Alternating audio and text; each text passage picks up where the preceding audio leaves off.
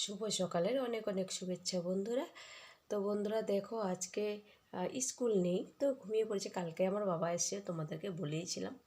আর বাবা আসলে, বাবা একদম ছোট 2-3 মাসের বাচ্চার মতন। ওই সকালে যত রাত্রি ঘুমাক, সকালে 4টা 4:30টায় উঠে যাবে। আর এত ঠান্ডা দিনে উঠে কি উঠতে ইচ্ছা হয় বলো? আর এখন যেহেতু আমার ছেলের স্কুলও বন্ধ আছে, তাহলে একটু দেরি করেই উঠি। তা হবে না, উঠে ডাকছে সমানে, নিজেও উঠবে, তার সাথে আমাকেও ডাকতে থাকবে, মা উঠবি, উঠিস না উঠিস না, সকাল হয়ে গেছে। তুমি বলো, তোমরা বলো 4:30টার দিকে অন্ধকার থাকে কি নেই? এখন 6টার দিকে পরিষ্কার হয়।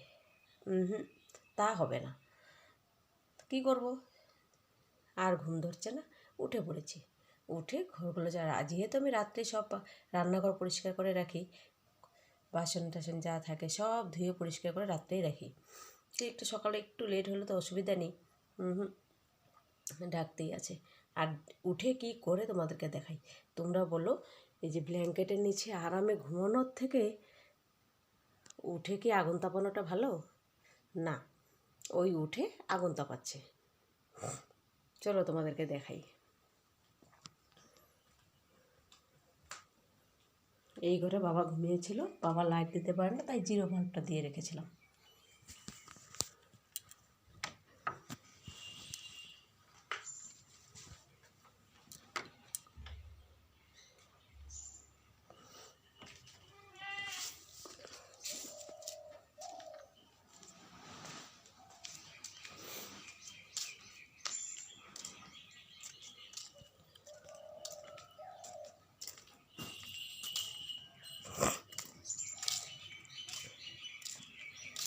ব্ল্যাঙ্কেটের নিচে আরামে ঘুমানো ভালো না আগুন তাপানি ভালো? উপর দিয়ে কুয়াশা পড়ে, আগুন তাপায় কি লাভ?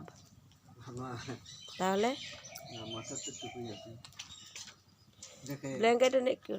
ব্ল্যাঙ্কেটের নিচে আরামে ঘুমায়া থাকলেই তো হয়।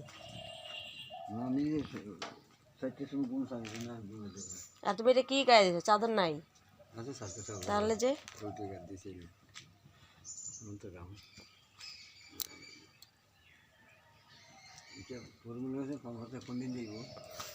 কে করি দাঁড়া,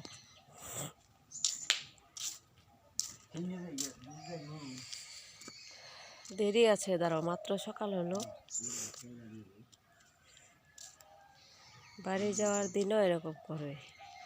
ট্রেন হবে 9টায়, আর ভোরে উঠে হাল্লা যে ট্রেন চলে আসবে, ট্রেন চলে, চা খাওয়ারও সময় দেয় না। এই সকালে গিয়ে বসে থাকবে স্টেশনে, সকালে স্টেশনে গিয়ে বসে থাকবে, এখন ট্রেন কখন আসে আসুক। আমাদের বাড়ি থেকে কিন্তু পায়ে হেঁটে গেলে 5 মিনিট লাগে রেলওয়ে স্টেশন, তবুও চলে যাবে। সব সময় ফার্স্ট।